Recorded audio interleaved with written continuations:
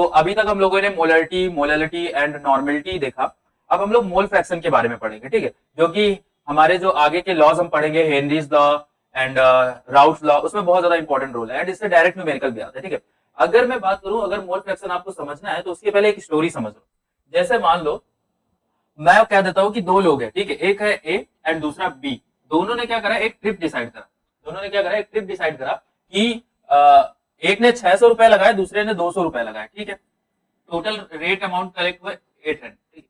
अब मैं क्या चाहता हूं, मैं चाहता हूं कि मैं देखूं कि ए का कितना हिस्सा है एंड बी का कितना हिस्सा है। अगर मैं कह दूं टोटल 1 रुपी है, तो एक मतलब टोटल 1 में हम देख रहे हैं तो कितना ए का पार्टीशन है कितना बी का पार्टीशन है। तो मैं कैसे करूंगा, इसके लिए बस एक ही रूल है। अगर आपको एक कितना हिस्सा ए किसका कितना कंट्रीब्यूशन ए का है वो पता लगाना है, तो आप क्या करो, ऊपर ए की वैल्यू रखो और नीचे टोटल वैल्यू रख दो, ठीक है। तो अगर मुझे ए का निकालना है तो मैं 200 एंड नीचे 200 एंड 600 800, तो कितना आ जाएगा यहाँ पे 1/4 मीन 0.25 कंट्रीब्यूशन है किसका। यहाँ पे हम 100 में नहीं देख रहे, 100% में नहीं देख रहे, परसेंट नहीं है ये, 0.25, आप इसको 25% भी बोल सकते हो, बट ये परसेंटेज नहीं है, ये 1 माना जाएगा, टोटल 1 माना जाएगा, उसमें 0.25 कंट्रीब्यूशन ए का है। एंड अगर मुझे बी का कंट्रीब्यूशन दिखाना है तो उसके लिए क्या हो जाएगा, बी ऊपर रखूंगा, नीचे टोटल रखूंगा एंड यहाँ पे आ जाएगा 600 बटे 800, है ना। एंड ये अपना 3/4, ओके, एंड ये आपका आ जाएगा 0.75, ठीक है। तो यानी अगर हम देखें इसमें टोटल कंट्रीब्यूशन कितना है, 0.25 कंट्रीब्यूशन ए का है एंड 0.75 कंट्रीब्यूशन बी का है, तो टोटल कंट्रीब्यूशन कितना आ गया 1। अगर आपको ये बात समझ में आ गई है तो आपको मोल फ्रैक्शन समझ में आ जाएगा। मोल फ्रैक्शन में भी हम कंट्रीब्यूशन देखते हैं, यानी मोल फ्रैक्शन का मतलब होता है सॉल्युबिलिटी, कोई कितना ज्यादा घुला। जैसे यहाँ पे ज्यादा पैसा किसने खर्च करा तो आपको समझ में आ गया कंट्रीब्यूशन बी का ज्यादा है। वैसे ही कौन कितना ज्यादा सॉल्युबल है उसको कैसे निकालेंगे, हम यहाँ पे हम पैसे यहाँ पे लगा रहे थे, अब यहाँ पे हम क्या देखेंगे, मोल, किसके ज्यादा मोल घुले हुए। जैसे फॉर एग्जाम्पल यहाँ पे मोल फ्रैक्शन को हम डिनोट करते हैं काई बी से, ये एक्स नहीं है ये काई है, ठीक है। तो काई अब बी मतलब सैल्यूट का, बी मैंने पहले बताया सैल्यूट का, ठीक है। तो अगर मुझे मोल फ्रैक्शन निकालना है बी का, तो यहाँ पे क्या हो जाएगा एनबी, यानी बी के मोल लिख दूं एंड नीचे क्या रख दूं, टोटल मोल रख दूं। समझो मेरी बात, नीचे मैंने क्या रख दिया, टोटल मोल रख दिया। आई मेरी बात समझ में, ये दिख नहीं रहा होगा तो कलर चेंज कर लेते हैं, Na प्लस, ठीक है। क्या तो सर ये तो चलो हम इसके मोल फ्रैक्शन निकालेंगे। चलो अगर काई ए का मोल फ्रैक्शन निकालना हो आपको, तो काई ए का जो मोल फ्रैक्शन होगा वो कितना होगा, वो Na, यानी आप सॉरी सॉल्वेंट के मोल रख दो एंड नीचे टोटल मोल, यानी ए के भी और बी के भी, दोनों के मोल। अगर आप लोग भूल गए तो आप ये याद रखो कि इसमें ये कोई अगर सोल्यूशन है तो इसमें जो ज्यादा अमाउंट में होता है वो सॉल्वेंट होता है, उसको हम ए से डिनोट कर रहे हैं, जो कम अमाउंट में होता है जो हम मिला रहे होते हैं उसको सैल्यूट बोलते हैं, उसको बी से डिनोट कर रहे हैं, ठीक है। तो अगर मुझे मोल फ्रैक्शन बी का निकालना है तो मैं सैल्यूट का मान लो निकालना है तो मैं सैल्यूट के मोल ऊपर रखूंगा, नीचे टोटल मोल रखूंगा। वैसे सॉल्वेंट के लिए निकालना है तो सॉल्वेंट के मोल एंड नीचे टोटल मोल रखूंगा, ठीक है। एक चीज आपको सबसे ज्यादा यहाँ पे जाननी क्या है कि काई ए, काई 1 एंड काई 2 इक्वल टू 1, या फिर आप बोल सकते हो chi A plus chi B equal to 1, यानी अगर हम दोनों को जोड़ेंगे तो वैल्यू कितनी आएगी, 1 आएगी, ओके। Hello hello, okay. तो जैसे अभी इसके हम क्वेश्चन भी सॉल्व कराएंगे तब आपको समझ में आ जाएगा। तो मोल फ्रैक्शन क्या होता है, mole fraction is the number of mole of एक कंपोनेंट का मोल एंड नीचे टोटल कंपोनेंट का जो मोल होगा वही आपका क्या होगा, मोल फ्रैक्शन। इसको हम ग्रीक लेटर काई से डिनोट करते हैं, ठीक है। आई मेरी बात समझ में, यहां तक समझ में आ गया सर। अब आगे देखो, चलिए तो क्वेश्चन नंबर 5, क्वेश्चन नंबर 5 क्या कह रहा है बेटा कि 46 gram of ethanol is dissolve in 54 gram of water, यानी एथेनॉल को किसमें डिसॉल्व किया गया बेटा, पानी में डिसॉल्व किया गया, ठीक है। अब आपको सबसे पहले आपको ये पता चल गया कि ये आपका सॉल्वेंट है यानी ए है और ये आपका सॉल्यूट है यानी बी है। तो WA वेट ऑफ सॉल्वेंट कितना दिया है 54 gram and weight of solute कितना दिया हो बेटा 46 ग्राम। एक चीज और एम निकालो, एथेनॉल का मोलर मास कितना होगा, MB कितना होगा निकाल लो। क्या एथेनॉल का फॉर्मूला C2H5OH, ठीक है। तो यहाँ पे कार्बन कितना है 12 × 2, हाइड्रोजन कितने हैं 5 है ना। ऑक्सीजन का कितना होता है 16 एंड हाइड्रोजन का कितना 1, तो हाइड्रोजन का हो गया 6, 16 एंड 24 प्लस, अब यहाँ पे ये हो जाएगा 30 प्लस 16 एंड ये आपका आ गया 46, यानी हालांकि आपको याद होना चाहिए कि एथेनॉल का जो मोलर मास होता है वो कितना होता है बेटा 46 होता है। वैसे ही आप H2O का यानी वाटर का निकालोगे तो यानी Ma आपका आ जाएगा 18, है ना। अब अगर जिन बच्चों को मोल निकालना नहीं आता तो बेटा मोल, अगर मैं मोल ऑफ वाटर निकाल रहा हूँ यानी मोल ऑफ वाटर वो क्या हो जाएगा Na, वो कितना हो जाएगा WA अपॉन में MA, मोल का फॉर्मूला होता है वेट अपॉन में मोलर मास, तो वेट हमने लिख दिया, मोलर मास, तो डब्ल्यू ए आपका कितना है 54 एंड एम ए कितना है आपका, एम ए आपका 18 है। यहाँ पे आंसर आपको दिख रहा है कितना आ गया, इसके मोल आ गए 3, ठीक है।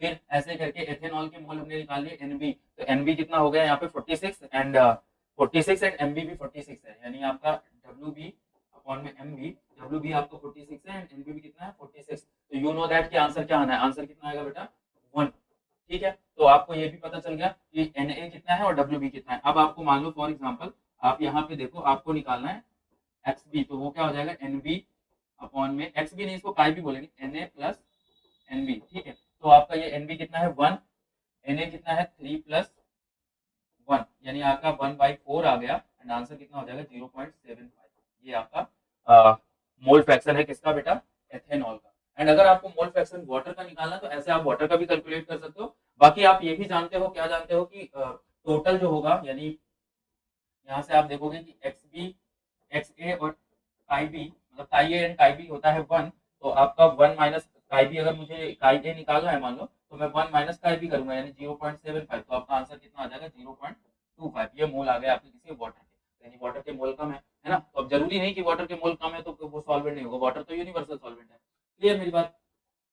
चलिए क्वेश्चन नंबर 6 बेटा क्या बोल रहा है कि 54% वेट परसेंटेज दिया है वाटर का, ठीक है। एक चीज और, जब परसेंटेज वाले बेटा क्वेश्चन करते हैं ना, तो परसेंटेज वाले क्वेश्चन में खास बात क्या है कि जैसे मान लो फॉर एग्जांपल मेरे क्लास 10th में आए थे 93%, ठीक है। तो अगर 93% मेरे आए हैं तो इसका मतलब क्या है, मेरे 93 मार्क्स हैं 100 में, यानी टोटल में से मेरे इतने मार्क्स हैं। वैसे ही अगर मैंने यहाँ पे बोल दिया 54%, यानी 100 में कितने ग्राम है, जो वाटर है वो कितना है बेटा, डब्ल्यू ए जो वाटर है वो कितना है 54 ग्राम है। तो ध्यान दीजिएगा जब भी परसेंटेज में आए तो उसी को हम क्या मान लेंगे, उतना ही ग्राम है। तो वाटर का जो वेट है वो कितना है 54 ग्राम है। अब अगर वाटर 54 ग्राम है, 100 में वाटर 54 ग्राम है, तो जो सैल्यूट बचा वो कितना होगा, सैल्यूट बचा वो कितना होगा, 100 में माइनस कर दो, यानी 46 ग्राम आपका क्या होगा बेटा, सैल्यूट होगा, ठीक है। फिर आप जानते हो कि वाटर का जो होगा मोलर मास वो 18 होगा ग्राम पर मोल, एंड एथेनॉल का, ठीक है, यानी एथिल एल्कोहल या फिर एथेनॉल का आपने अभी निकाला है, क्या निकाला है बेटा, यहाँ पे देख लो, अभी हम लोगों ने ऐसा क्वेश्चन एकदम सेम टू सेम सॉल्व करा है ना, ठीक है। ये देखिए यहाँ पे हम लोगों ने निकाला था, यहाँ पे कितना आया था उसका 46 आया था, तो इधर आपको वही चीज यहाँ पे लिख देना है ना। एंड फिर आप सेम टू सेम लगाओगे तो आपको पता है कि आंसर क्या आने वाला है, एक्स ए आपका आएगा 0, एक्स ए आपका आएगा 0.7 0.25 एंड एक्स बी आपका आएगा 0.75, है ना। ये आपका आंसर है ना। आप लगाइए उसको अच्छे से, सेम टू सेम क्वेश्चन था, बस थोड़ा परसेंटेज वाला कॉन्सेप्ट पता होना चाहिए था, ठीक है। अब यहाँ पे आ जाइए, calculate the mole fraction of glycerol, 30% अगर ग्लिसरॉल दिया है यानी डब्ल्यू बी, है ना। अब एक चीज और, आप लोग जैसे मान लो फॉर एग्जांपल में वे सैल्यूट एंड सॉल्वेंट तुरंत ढूंढ लेते हैं, ठीक है। तो आपको भी ये सीखना है, जैसे ही देखा एक्वस सोल्यूशन यानी वाटर है एंड वाटर सॉल्वेंट हो गया, तो जो भी हमारा दिया है वो क्या सैल्यूट है, तो मैंने इसीलिए लिखा डब्ल्यू बी, कितना दिया है 30 ग्राम। या तो सर से ग्राम कहां से लिखा, तो मैंने भी बताया कि अगर 30% दिया है तो यानी 100 में 30 ग्राम क्या ग्लिसरॉल है, यानी 70 ग्राम क्या होगा आपका सॉल्वेंट होगा, यानी डब्ल्यू ए आपका कितना हो गया बेटा 70 ग्राम हो गया, ठीक है। फिर आप क्या करो, मोल फ्रैक्शन निकालने के लिए बोला है, मोल फ्रैक्शन के लिए हमको एम बी चाहिए होता है, तो यानी एम बी भी और फिर एम ए भी, ठीक है। तो अगर ग्लिसरॉल का अगर हम एम बी निकालें तो कार्बन कितना है 12, है ना, 3 टाइम्स प्लस 8 एंड ऑक्सीजन है 16, 3 टाइम्स 36 प्लस 8 इज 48, ठीक है। तो 48 एंड ये आपका क्या आ गया 56 एंड 56 एंड 36 आपका क्या आ गया 92। तो यहाँ पे आप एम बी आप कितना लिख दोगे 92 एंड वाटर का आप जानते हो 18 हो जाएगा, ठीक है। तो सबसे पहले आप एन निकाल लो, है ना, एन एन बी और एन ए निकाल लो, तो आपका एन बी कितना हो जाएगा, यानी डब्ल्यू बी अपॉन में एम बी, है ना। डब्ल्यू बी आपका 30 है एंड एम बी यहाँ पे देखो कितना है बेटा 92 है ना। जब आप इन दोनों को डिवाइड करोगे तो यहाँ पे आपका आंसर आ जाएगा 0.33, ठीक है। आंसर कितना आ जाएगा बेटा 0.33, है ना। फिर आप यहाँ पे आप देखो डब्ल्यू ए अपॉन में एम ए, है ना, वेट अपॉन में मोलर मास फॉर्मूला होता है, तो डब्ल्यू ए आपका 70 है एंड एम ए आपका 18 है। जब आप इसको डिवाइड करोगे तो ये आपका जो आंसर आएगा वो आएगा 3.89, ठीक है। ये जो आपका आंसर आएगा वो क्या आएगा 3.89। अब आपको क्या करना है, बस काई भी निकाल लो, काई है तो अपने आप निकाल आ जाएगा, 1 माइनस से कर देंगे, ठीक है। तो एन ए काई बी यानी एन बी अपॉन में N A plus N B. तो एन बी आपका कितना दिया हुआ बेटा, एन बी आपने कितना निकाला है 0.33, नीचे आप क्या लिखोगे 0.33 प्लस 3 यानी टोटल रखोगे, ठीक है। एंड जब आप इसको कैलकुलेट करोगे, आपका काम है कैलकुलेट करना, मैं यहाँ पे डायरेक्ट आंसर यहाँ पे लिख देता हूँ। एंड डायरेक्ट आंसर जो आपका यहाँ पे है वो है 0.0781, है ना। आप इसको डिवाइड करिए, है ना, ये आपका काम है। ओके, चलिए आगे आ जाते हैं। अगला क्वेश्चन दिया हुआ है बेटा, यहाँ पे मास परसेंटेज इसमें भी दिया हुआ है, कह रहे एक सोल्यूशन है जिसमें आपको 30 मास परसेंट दिया हुआ है, किसका, बेंजीन का, ठीक है।